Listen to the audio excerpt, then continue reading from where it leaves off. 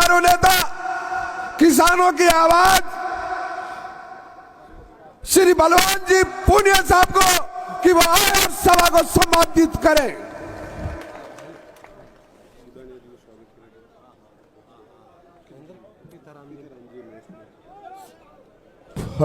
श्री महेश जी पुरोहित व पीताराम जी मेघवाल मंडल अध्यक्ष से निवेदन कि हमारे श्री नरेंद्र जी बुडानिया का माला व साफा पहनाकर स्वागत करेंगे। आज की रतनगढ़ के इस कार्यकर्ता सम्मेलन में उपस्थित गोविंद सिंह जी डोटासरा जी, राहुल जी, कैंडिडेट महोदय, सुजानगढ़ के एमएलए साहब मनोज जी, फूसाराम जी, कृष्णा जी, बुडानिया जी और कांग्रेस के जिला अध्यक्ष इंद्राज जी, मंच पर उपस्थित तमाम सम्माननीय जनप्रतिनिधि साथी, सम्मानित मंच, तमाम उपस्थित किसान नौजवान साथियों, लगभग चुनाव का प्रचार पहले चरण का आखिरी दौर में चल रहा है। हम गांव-गांव, गली-गली गए हैं। नामांकन सभा से लेकर के अब तक हम सब लोग एक-एक गांव-गांव, ढाणी-ढाणी गए। लोगों की नब्ज है वो बीजेपी की सच्चाई जान चुकी। अब कुछ लोग बाकी हैं जो ये सोच रहे हैं कि मोदी के बिना दूसरा कोई देश में आदमी नहीं है।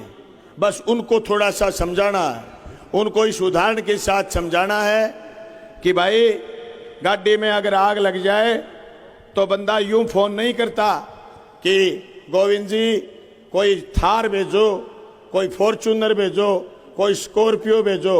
गाड़ी के शीशे तोड़ करके और गाड़ी को फोड़ करके बाहर निकल के जीवन बचाना पड़ता है।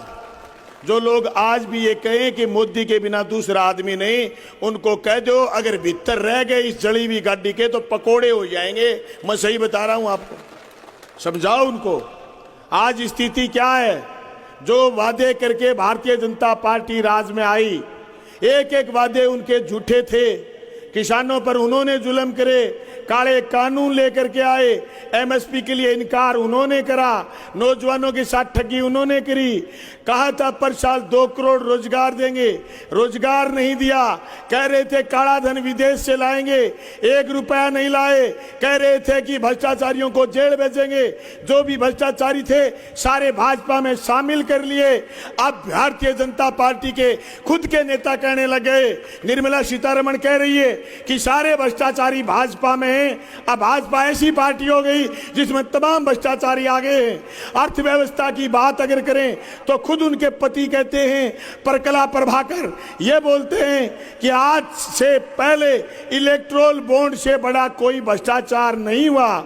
इलेक्ट्रोल बॉन्ड के भ्रष्टाचार के बाद भी आज किसी आदमी को मोदी में भगवान दिखता है तो मैं कहता हूं वो बंदा नादान है। उसको नादानी से पीछा छुटाओ और उसको समझाओ कि भाई ये नादानी छोड़।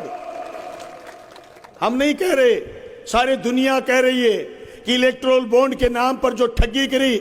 और मोदी चाहते हैं विपक्ष मुक्त भारत चाहते हैं, सवाल मुक्त प्रेस चाहते हैं और भैंस मुक्त संसद चाहते हैं। ऐसे मोदी को सत्ता से हटाना जरूरी है और हटाने का एक ही मंत्र है, इंडिया गठबंधन के उम्मीदवार राहुल कृष्णा को आप वोट दें। दोस्तों, जिस तरीके का वातावरण उन्होंने बनाया, श्री जिग्नेश जी बिहानी का हार्दिक स्वागत इस रतनगढ़ की पावन धरा पर। धन्यवाद जिग्नेश जी। आप दलितों के, पीड़ितों के आवाज उठाते हुए पूरे हिंदुस्तान में जनता की आवाज को बुलंद कर रहे हैं, इसलिए आपको मेरी तरफ से भी धन्यवाद।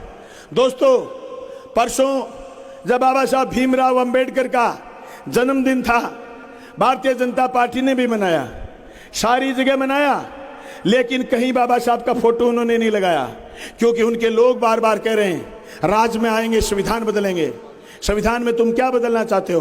क्या संविधान में तुम आरक्षण बदलना चाहते हो, या फिर तुम यूपीए फर्स्ट में दिए हुए खाद्य सुरक्षा के अधिकार को बदलना चाहते हो, या फिर तुम हमारे संविधान में दिए हुए आरटीआई के अधिकार को बदलना चाहते हो, या फिर तुम हमारे संविधान में दिए हुए जो सारे की सारी ताकतें, स्वतंत्रता का अधिकार, मुझे माइक पर बोलने का अधिकार, तुम्हें बोलने का अधिकार, सवाल खड़ा करने का अधिकार, काले कानूनों के खिलाफ लड़ने का अधिकार, ये अधिकार जो हमें दिए इस संविधान ने दिए, उस संविधान को भारतीय जनता पार्टी बदलना चाहती है।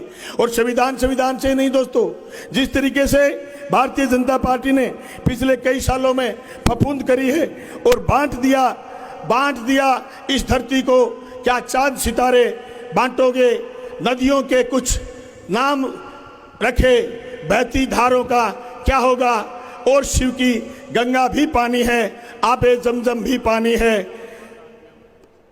मुस्लिम भी पिए, पंडित भी पिए, तो मजहब का क्या होगा। इन फिरका प्रस्तों से पूछो, क्या सूरज भी अलग बनाओगे, एक हवा में सब रहते, क्या हवा नहीं चलाओगे, उस भारतीय जनता पार्टी के लोगों से पूछिए, वो क्या समझते हैं हमें इस तरीके से पिछले कई दिनों से वो पेश आ रहे हैं कि आने वाले दिनों में अच्छे दिन आएंगे।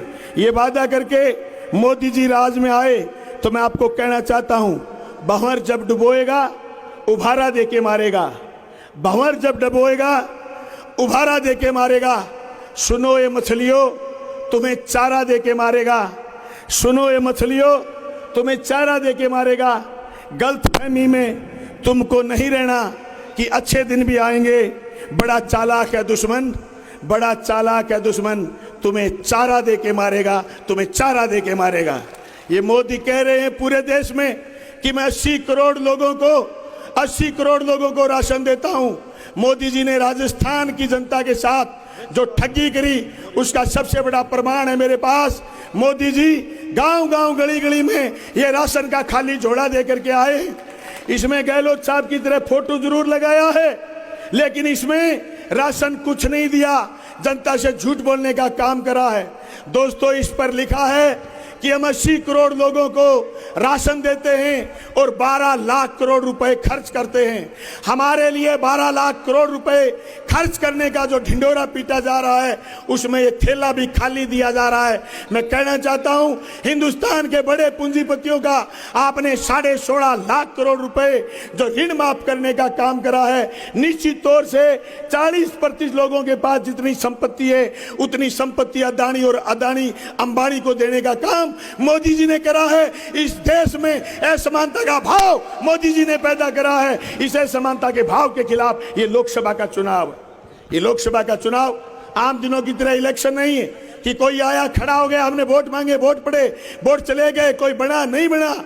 अगर मोदी देश में फिर बने तो कोई अतिशयोक्ति नहीं, खड़े होकर के कह सकते हैं, मित्रों, भाई और बहनों, आज के बाद वोट नहीं पड़ेगी। ये कभी भी हो सकता है। लोकतंत्र के हत्यारे मोदी को इस कुर्सी से उतारने का एक ही जरिया है, 19 तारीख को राहुल जी कस्मा के 3 नंबर बटन का निशान दबाएं, गांव गली जाएं, एक भी वोट नहीं रह जाए। मोहल्ले में, हर वार्ड में, हर पार्षद की, हर एमएलए की, एक्स एमएलए की, हर सरपंच की, ब्लॉक मेंबर की, हम सब की जिम्मेदारी। मैं आपको आश्वस्त करना चाहता हूं कि भादरा की धरती पर राहुल जी हमेशा आगे रहे। अब की बार स्थिति अलग है।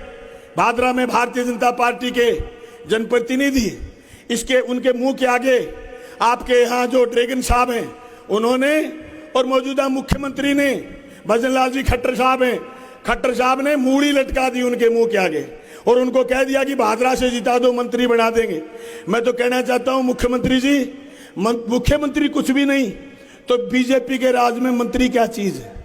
खुद मुख्यमंत्री जी पावरलेस, मुख्यमंत्री जी और मंत्री जी सब पावरलेस। इन मुद्दों पर हम जाना नहीं चाहते। हम तो ये चाहते हैं, आपको ये आश्वस्त करने आए हैं, रतनगढ़ के किसान नौजवान को, मंच पर बैठे साथियों को, हमने एक एक दुकान, एक एक गली, एक एक ढाणी में आवाज लगाई है कि इंडिया गठबंधन के उम्मीदवार राहुल कस्मा जीतेंगे, इंडिया गठबंधन जीतेगा इंडिया, लड़ेगा इंडिया, तभी तो आगे बढ़ेगा इंडिया। और भादरा से इंडिया गठबंधन के उम्मीदवार की जीत होगी और चूरू लोकसभा क्षेत्र में हमारी जीत होगी। मैं तमाम साथियों को ये कहते हुए यहां से अपनी वाणी को विराम दूंगा। अपने बीच काफी सारे नेता आए हुए। दोस्तों, ये लड़ाई सिर्फ और सिर्फ हमारे वजूद की लड़ाई है। इस वजूद की लड़ाई में अगर हमें नारा देना पड़े जिस तरीके से गांधी जी ने नारा दिया था, डू एंड डाई, करो और मरो, तो फिर हम आगे लड़ेंगे और जीतेंगे। Thank you.